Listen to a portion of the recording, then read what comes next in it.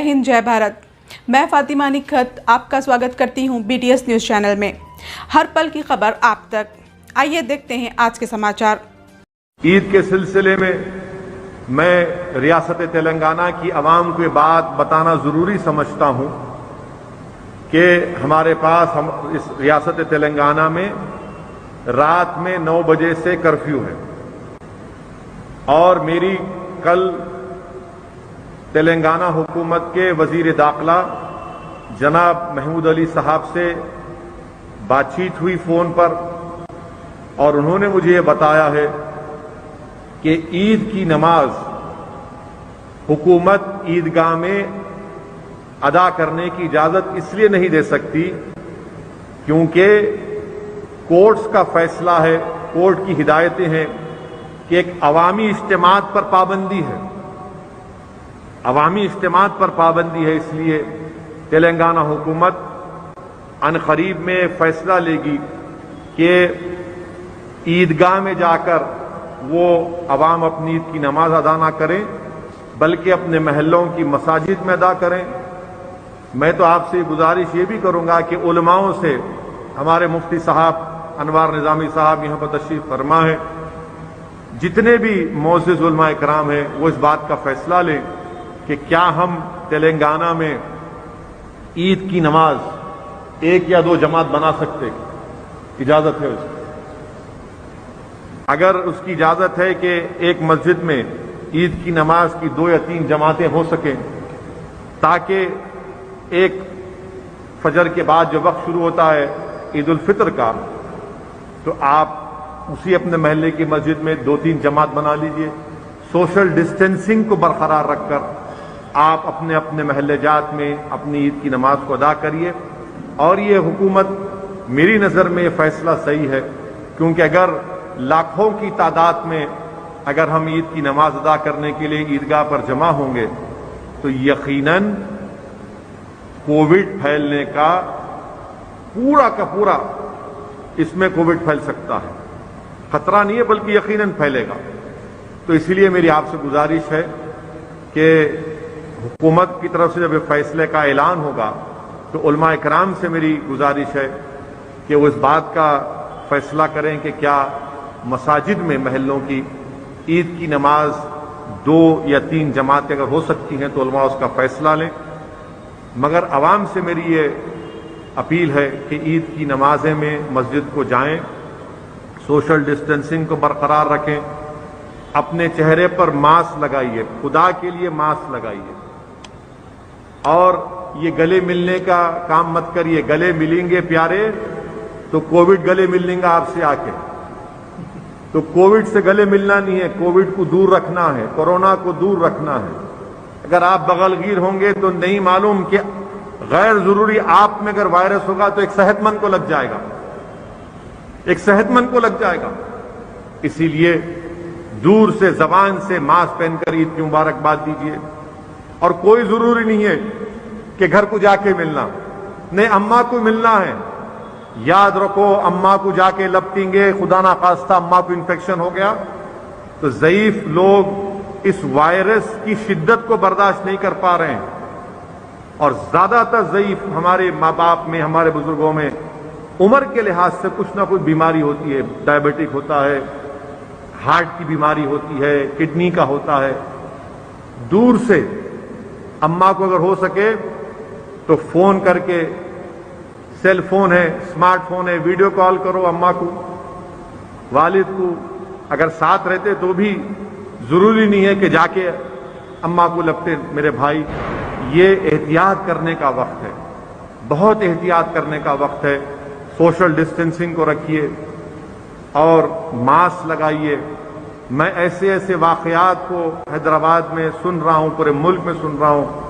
मेरे ही जानने वालों में एक खानदान में एक वालिद की मौत हो गई, दूसरे दिन उनके बेटे की मौत हो गई। वालिद की मौत हो गई, दूसरे दिन बेटे की मौत हो गई। और अब तक 3 दिन से उनकी बीवी को ये नहीं बतलाया गया कि उनके शौहर की मौत हो गई, उनका बेटा, एक ही बेटा था, उसकी मौत हो गई। खुदा के लिए समझिए मेरी बात को, एहतियात करिए। हमारे करीबी दोस्त हैं, बल्कि मेरे मोहसिन हैं, जो ये मजलिस के जो स्कूल की जो स्कीम है उसके उन्होंने बड़ा मरहूम कायद के साथ हमको तजवीज़, उनकी वाइफ का इंतकाल हो गया, बेगम का इंतकाल हो गया। ऐसे कई चीज वाक़यात आ रहे हैं। तो हमको हिम्मत से, हौसले से काम करना है, पूरा कौशल लेना है, एहतियाती तदबीर इस्तेमाल करना है। और मैं जिम्मेदारी के साथ एक और बात अर्ज कर रहा हूं। मैं मुफ्ती अनवार निजामी साहब से मेरी बात हुई, मैंने उनसे पूछा कि ईद के ताल्लुक से क्या हम ईद को जरूर मनाएं, मगर क्या हम इसको रिवायती तौर पर जैसा ईद मनाते वैसा मनाएं या खामोशी से मना लें।